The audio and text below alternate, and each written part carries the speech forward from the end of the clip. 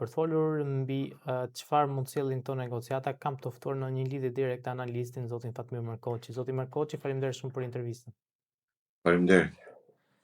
Zoti Markoçi, si shikoni këto negociata? Negociatat shifen në tre këndvështrime të rrafshin politik, diplomatike dhe të ushtarak.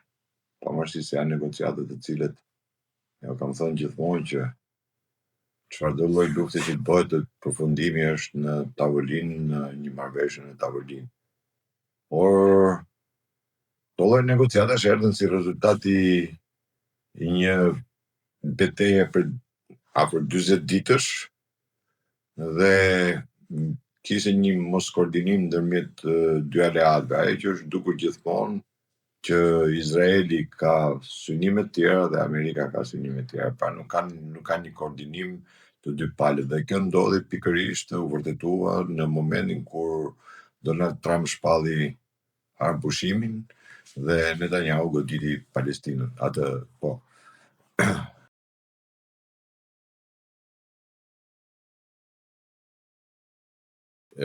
Goditi Libanin. Kështu që filluan me një mosmarrëveshje apo me një mosdëshirë nga ana e Netanyahu për të ulur në tavolinë. Kuptohet që Netanyahu ka synime të tjera, atë që e kemi rifleksuar gjithmonë që Netanyahu kërkon atë luftën e shtatë, siç e pretendojnë ata sipas gjykimeve të tyre dhe sipas ideve të tyre fetare. Kështu që tashmë jemi në një ngërç ku nuk dihet se këto negociata do përparojnë apo do kenë zhvillime pozitive. Gjithsesi, duke pas parasysh qoftë edhe kërkesat e Iranit, sepse Irani tashmë në tavolinë ulet me kërkesat e tija, nuk ulet si inferior. Kështu që duke mos ulur si inferior, patjetër ai që ka paraqitur kërkesat e tij, edhe pse këto kërkesa u deklaruan nga Donald Trump fillimisht mbas presioneve politike dhe diplomatike që Donald Trump pati, qoftë edhe brenda partisë të tij apo brenda Amerikës, u detyrua ti heq ato 10 pika të Iranit dhe të thotë të deklarojë që këto bisedime po bëhen me kërkesë të Iranit. Nëse do bëheshin me kërkesë të Iranit, patjetër që nuk do ishin këto pika, por do ishin pikat e Amerikës në diskutim. Për sa kohë ka pika të cilat janë të Iranit, patjetër tregon që Irani vjen me një superioritet në këtë pikë nga pikpamja strategjike dhe diplomatike e situatës. Gjithashtu shohim që Amerika u detyrua të jo vetëm pranoj kërkesat për bisedimin në Iranin, por ta ngrejë nivelin e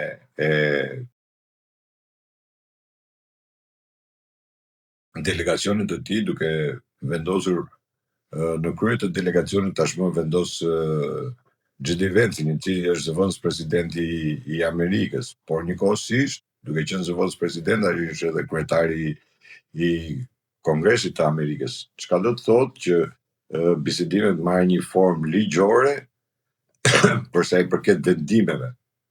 Nuk do të harrojmë në asnjë çast se në takimet e tjera kanë qenë të dërguarit e Trumpit, të cilët nuk kishin asnjë lloj funksioni, domethënë shtetëror. Pra ishte, themi më tepër, një takim privat e presidentit me të dërguarit e tij privat, jo më shtetëror, ndërsa tash e kemi të ngritur nivelin në zëvendës president. Kështu që ka një përparësi tjetër ky lloj takimi. Sa do jenë të mundur palët të bien dakord, kjo është për të parë, por gjithsesi çfarëdo lloj situate që të ndodhi dhe çfarëdo lloj propozimi apo dakordësie që të bien të dy palët në atë tavolinë, duhet të kuptojnë një gjë, që duke qenë prezenca e J.D. Vance-it në këtë tryezë, të gjithë pikat të cilat mund të bien dakord, marrim rastin e të rënit dakord, do kalojnë në Kongresin Amerikan.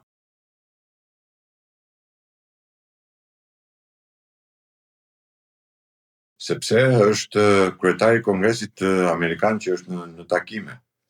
Dhe pjesa tjetër pastaj është ajo pjesa që nuk besoj dhe nuk kam asnjë lloj shpresë se Izraeli do bie dakord me këtë lloj tavoline, ashtu siç e ka treguar dhe vetë Netanyahu që nuk bie dakord me këtë tryezë, me këto bisedime, kështu që do ta vazhdoj, lufta do vazhdoj. Pastaj do vazhdoj ditën e hënë, ditën e martë, apo pas një jave, apo pas një muaji, kjo është për të parë pastaj se si do ecin situatat.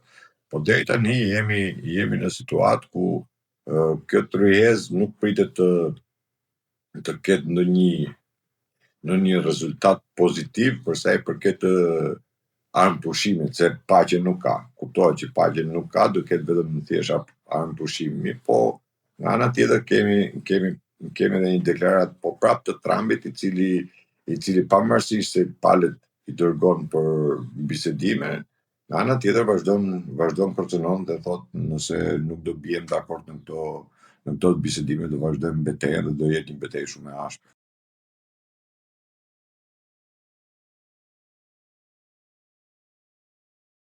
Zoti Markoçi, a keni shpresa se mund të ketë një lloj, po themi, negociate deri në armë pushim ose deri në përfundimin e luftës, apo pas këtij takimi palët do i rikthejnë edhe një herë bombardimeve ndaj, po themi, njëra tjetrës?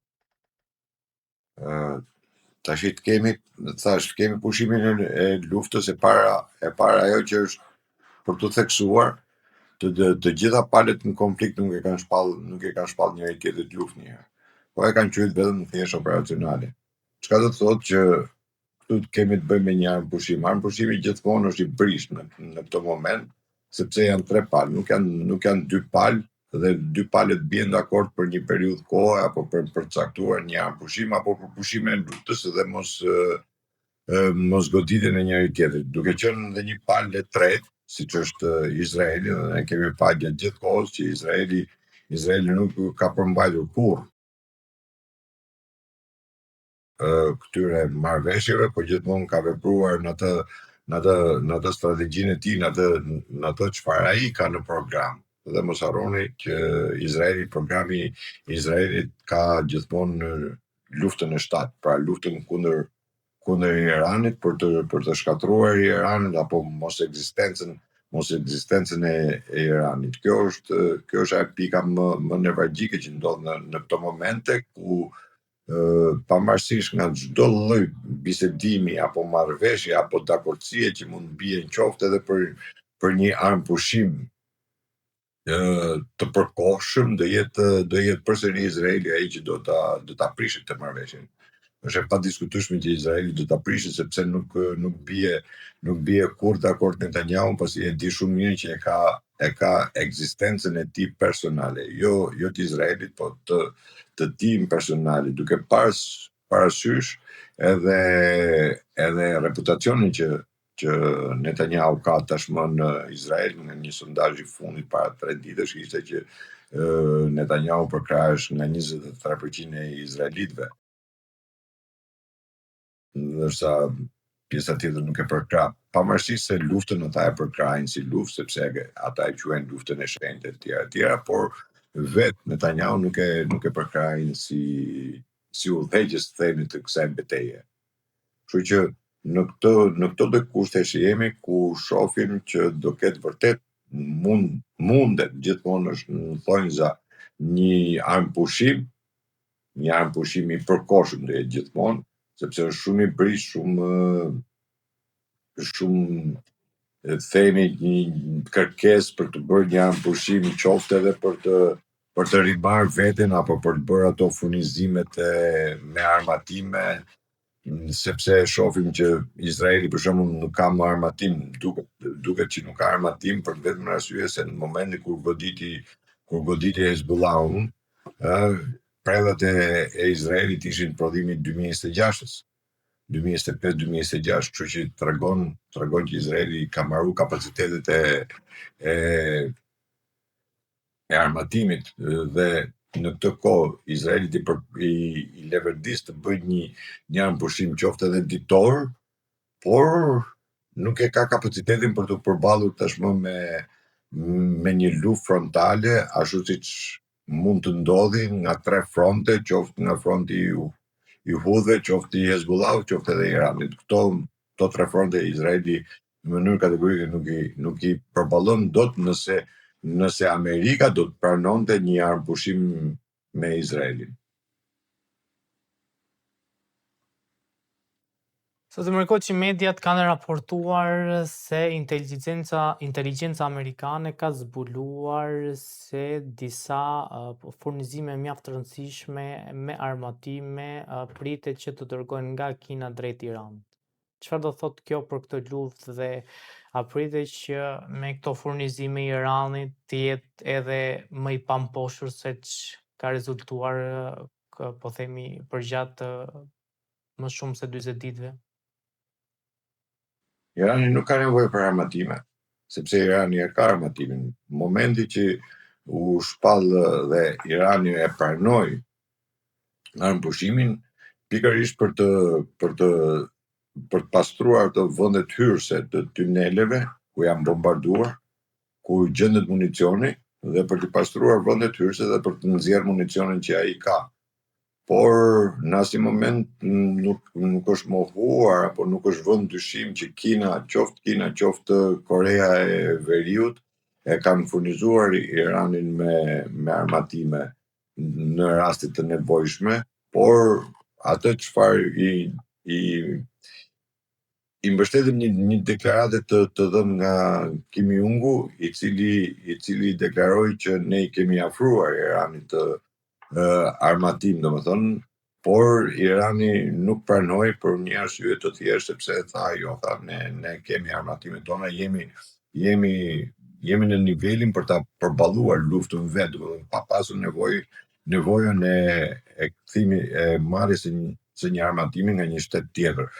Kina mund të dërgojë armatim, thash, vetëm për vetë faktin nëse Irani nuk do arrijë dot të spastrojë zonën ku janë bllokuar armatimet, ndepët e armatimit, vetëm në këtë rast mund të kërkojë një ndihmë nga Kina.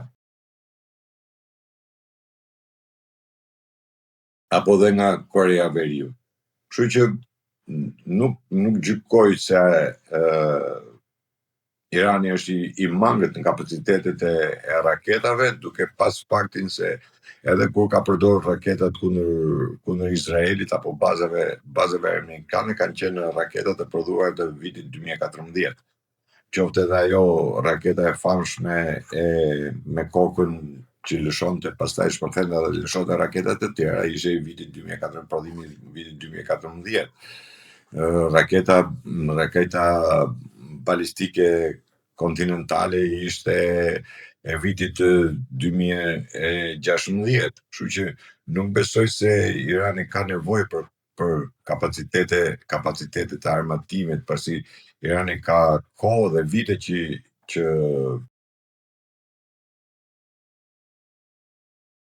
është përgatitur për një betejë të tillë. Gjithsesi, lufta tregon shumë gjëra, ndodhin të papritura, e gjithmonë hecën skenare ashtu siç mendohet. Tash vetëm nëse Irani nuk do arrijë të zhbllokojë ato magazinat e tij apo tunelet e tij, hyrjet e tuneleve të tij për të nxjerrë armatimin, atëherë mund të bëjë të mundur dërgimin e raketave nga Kina apo nga Korea e Jugut. Por nga ana tjetër është edhe ajo pjesa tjetër, pastaj për të pasur një siguri më të madhe, duke ditur se nuk mund dihet se sa mund zgjasë ky lloj armëpushimi, mund të jetë edhe ajo që mund të ketë kërkuar një ndihmë nga Kina dhe gjithmonë Korea e Veriut. Mos harroni se Korea e Veriut është një alat shumë më i ngushtë dhe më i pranishëm në Iran se sa Kina. Sepse të gjithë themi pjesën e prodhimit të raketave fillimisht Irani e ka marrë nga Korea e Veriut, ka pasur bashkëpunëtore dhe dhënia qoftë edhe e teknologjisë, dhe pastaj Irani ka arritur ta zhvillojë teknologjinë, po nga viti 80 fillimet e marrjes pushtetit ka qenë Korea e Veriut që ka qenë themi ndihmësja kryesore e Iranit për sa i përket prodhimit të raketave.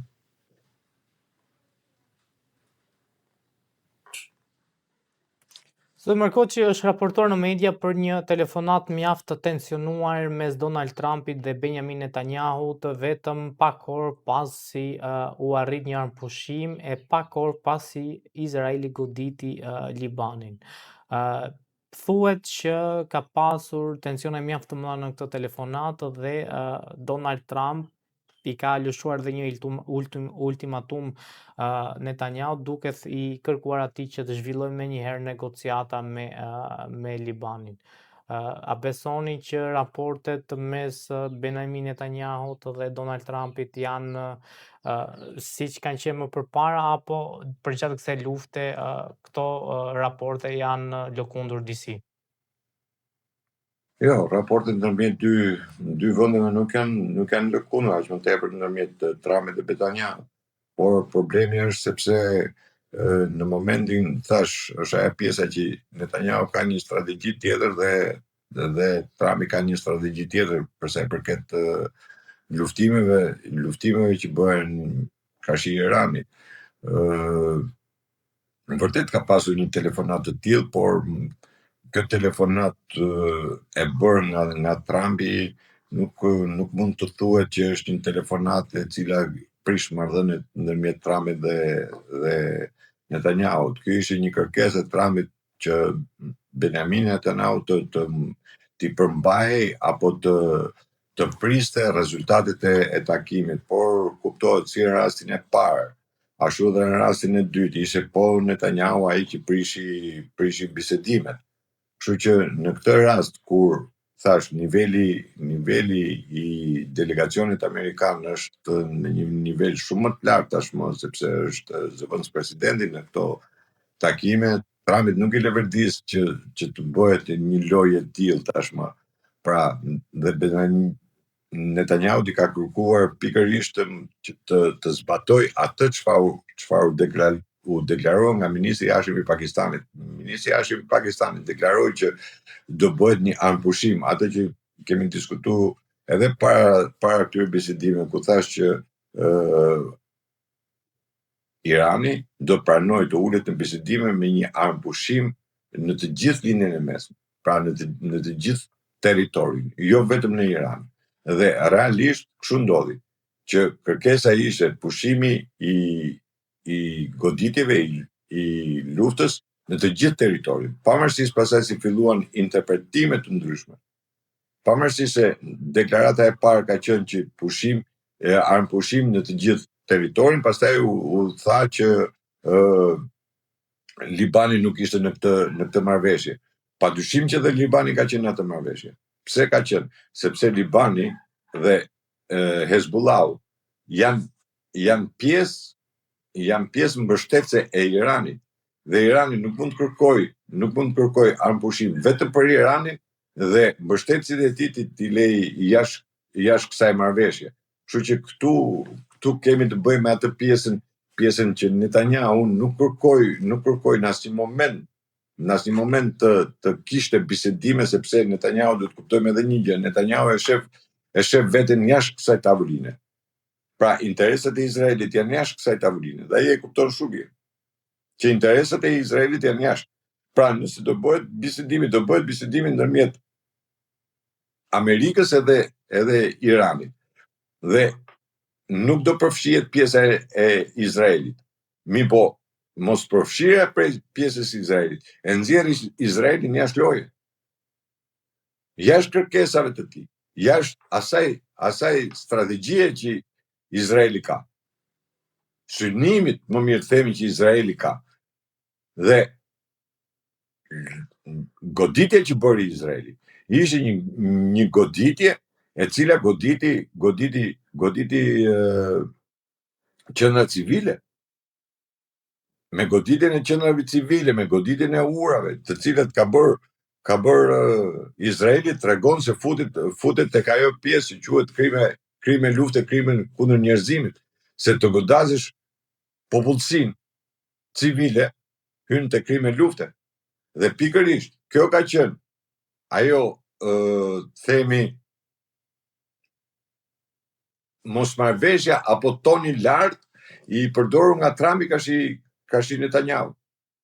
Sepse gjithmonë Izraeli këtë lloj lufte ka bërë. Ka bërë luftë genocidiale, nuk ka bërë luftë të pastër. Pra nëse bëhet një luftë e pastër, ka luftë me objektiva, ti më godet repartit ushtarake, unë godas repartit ushtarake, ti më godet pikat nevralgjike, unë godas pikat nevralgjike. Po nëse shkojmë në popullsisë pastaj, nëse godasim ura, të cilat nuk përdoren nga ushtria, po janë pjesë e komunikimit njerëzor të qytetarëve, atëherë këtu futemi në genocid. Dhe Trumpi pikërisht këtë kërkoi tek Netanyahu, të ndalonte çdo lloj bombardimi karshi pjesë civile, sepse ai goditi pjesën civile. Dhe të gjithë aleatët, themi, duke përfshirë këtu edhe Erdogani, ka pas edhe një telefonat me Erdogani, Trumpi, ku Erdogani ka kërkuar Trumpit që ta ndalojë Netanyahu në veprimet e tij genocidiale.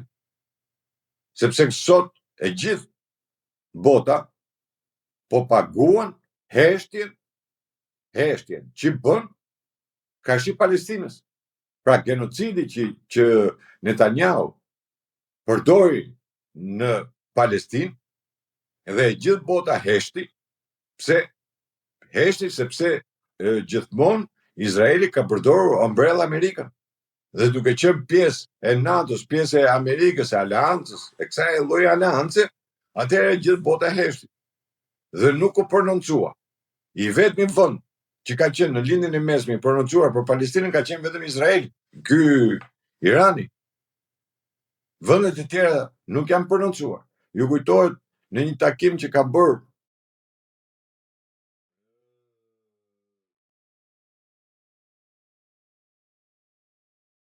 zëvendës sekretari i shtetit në Emiratet e Bashkuara, ku tha që kur vajta atje unë isha i përgatitur se ata do të më sulmonin për Palestinën. Çuditërisht ata nuk thanë asnjë fjalë. Pra vendet e tjera të gjirit nuk kanë qenë, sepse kanë qenë gjithmonë në atë që Izraeli është në umbrellën e Amerikës dhe ne nuk po flasim. Dhe sot bota po paguan pikërisht këtë. Duke mos e denoncuar, duke mos e ndaluar genocidin në Palestinë, në Gaza, sot po vuajnë atë lloj pasoje. Se nëse Izraeli do të ishte ndaluar në Gaza, nuk do e kishim luftën karshi Iranit. Dhe mos harrojmë se është Izraeli i cili ka nisur këtë luftë. Nuk e ka nisur Amerika. Amerika ju mbështet Izraelit. Por luftën fillimisht e ka nisur Izraeli, bombardimet e para i ka nisur Izraeli. Dhe sot po kuptohet që Izraeli nuk njeh kufi, nuk njeh marrëveshje. Netanyahu nuk njeh asnjë lloj marrëveshje. Netanyahu kërkon me çdo kusht të realizojë atë ëndrrën e vit. A kam thonë edhe diku tjetër, mbas edhe te ju, këti i ka thonë një rabin atje që ti e Mesia dhe ti u ka mush mendjen që është Mesia dhe ti do bëj luftën, do bëj atë idenë e vet. Sepse kjo luftë tek e fundit, në fund fare kjo është edhe luftë fetare. Nuk duhet ta anashkalojmë këtë. Kjo është një luftë fetare. Është luftë ekzistenciale. Qoftë për Izraelin, qoftë edhe për Iranin. Por goditësi i parë dhe fillestari i këtij konflikti është Izraeli, kjo nuk duhet mohu dhe kjo është realitet. Nëse mohojmë të pastaj do të thotë se ne nuk po flasim ose po flasim tym për çdo gjë. Izraeli është përgjegjës për këtë. Por ai e ka në atë mendjen e tij, ka atë idenë, atë që e shpalli edhe para një viti, që shpalli Izraelin e madh, doli me flamurin e madh, doli me hartën e Izraelit madh, ato luftën 12 ditore. Deklaratën e Netanyahu që unë do mbaroj me shiitët dhe do filloj me sunitët. Pra, ai prandaj them nuk i përputhen interesat e Amerikës me interesat e Izraelit. Janë diametralisht themi të kundërta. Dhe prandaj nuk kam asnjë lloj besimi që nga kjo tavolinë do dilet me një paqe. Paqe nuk do të ekzistojë. Ktu nëse do ketë prish. Nuk dim se sa mund zgjasë, një ditë, 2, një muaj, 2, apo i vit. Se mund ndodhi siç ndodhi luftën 12 ditore, u bë ajo e famshme paqe dhe në fund fare ç'a ndodhi? Ndodhi përsëri konflikt.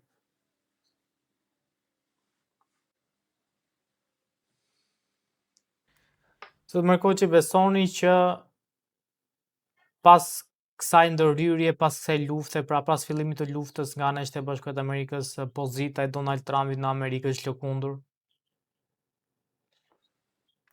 Patjetër. Nuk e vën dyshim që pozitat janë të lëkundura, por ka një problem tashmë, sjellja e Xhidi Vencit në tryezë dhe largimi. Gjithmonë kam thënë që të futesh në luftë duhet të kesh një strategji, por që të futesh në luftë vërtet duhet të bësh strategji se si futesh në luftë, ose në luftë mund të futesh edhe pa strategji, siç u fut Amerika, por problemi është strategjia e daljes nga lufta. Si do dalësh nga lufta?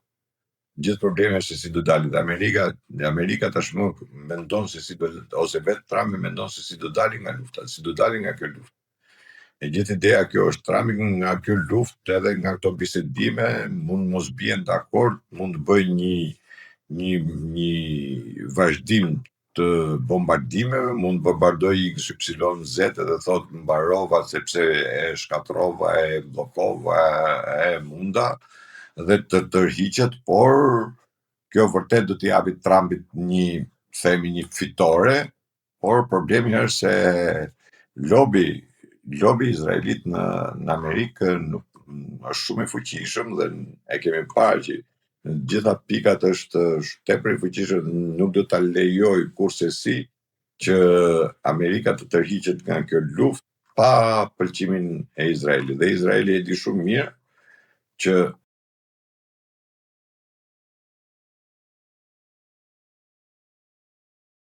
tërheqja në këto momente dhe pranimi i Iranit si një lider i ri në linjën e mesme nuk ka asnjë lloj interesi.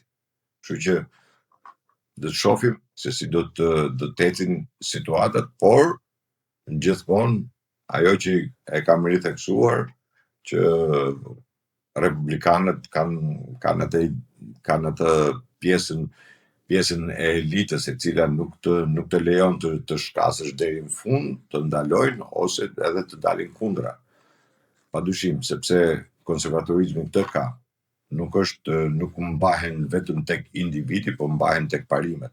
Nëse ti pastaj kalon edhe i shkel gjitha parimet, atëherë ata marrin masa dhe kundër teje, nuk e kanë problem konservatorët ta bëjnë këtë lloj gjëje, sepse tek e fundit konservatorizmi është pjesa më elitare e një vendi dhe ajo elit pavarësisht se mund psoj edhe një rënje edhe një humbje, por në fund fare nuk do pranoj kurrësi që të humbi fytyrën e tij, pasërtinë e fytyrës tij, domethënë nuk mund dali para popullit amerikan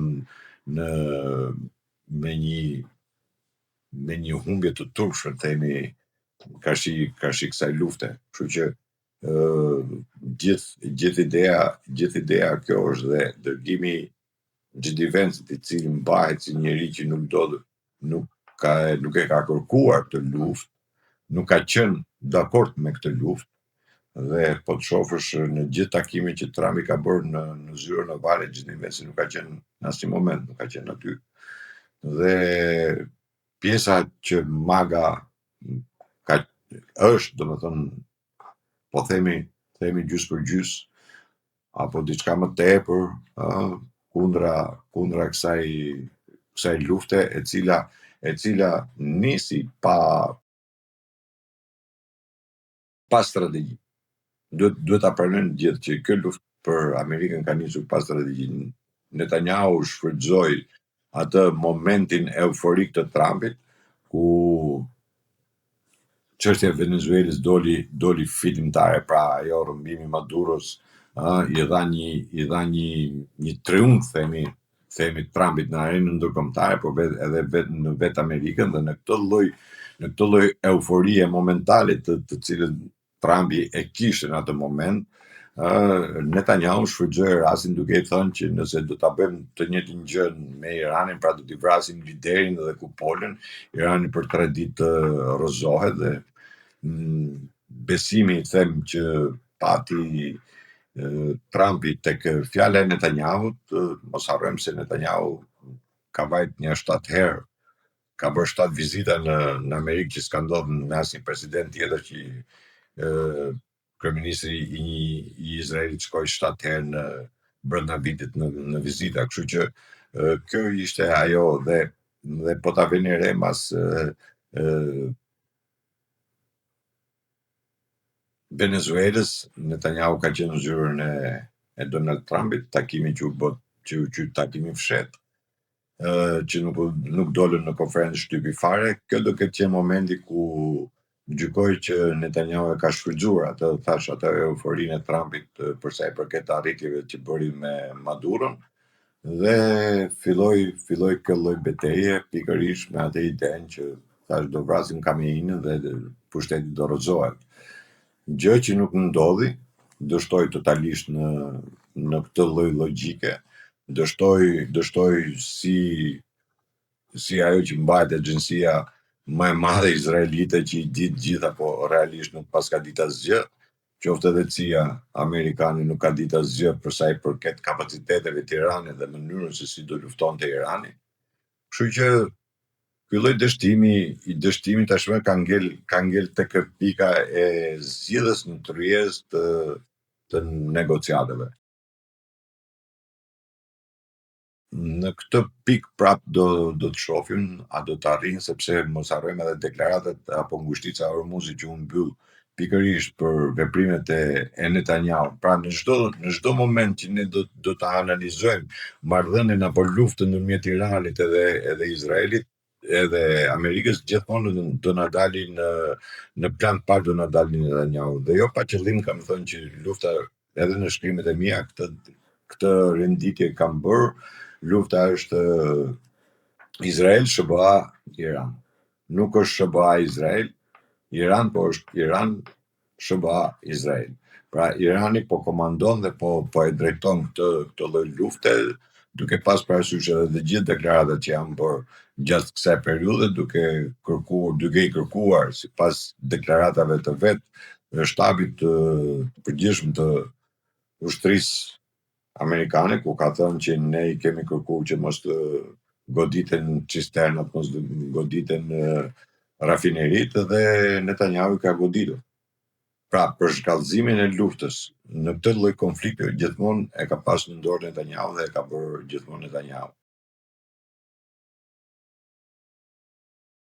Irani normal është kundërpërgjigjur në të njëjtën monedhë, pavarësisht se Netanyahu ka kryer edhe krime në Iran, sepse vetëm të shohësh se sa universitete ka goditur, të cilat nuk janë pjesë e ushtrisë, nuk janë, themi, nuk mund të përbëjmë pjesë rrezik për Izraelin, të godasësh universitetet apo qendra banimi është shumë e dhimbshme, domethënë. Por thash, Netanyahu gjithmonë ka luajtur me këtë lloj loje, dhe pikërisht dhe gjithë dyshimet e gjithë botës janë jo në marrëveshjen që do bëj, që mund të arrisë Amerika me Iranin, por në vendimet prapaskena që mund bëj Netanyahu në këtë pas këtyre bisedimeve ose gjatë këtyre bisedimeve. Zotër Margoxhi, faleminderit shumë për intervistën, ishte kënaqësi. Faleminderit.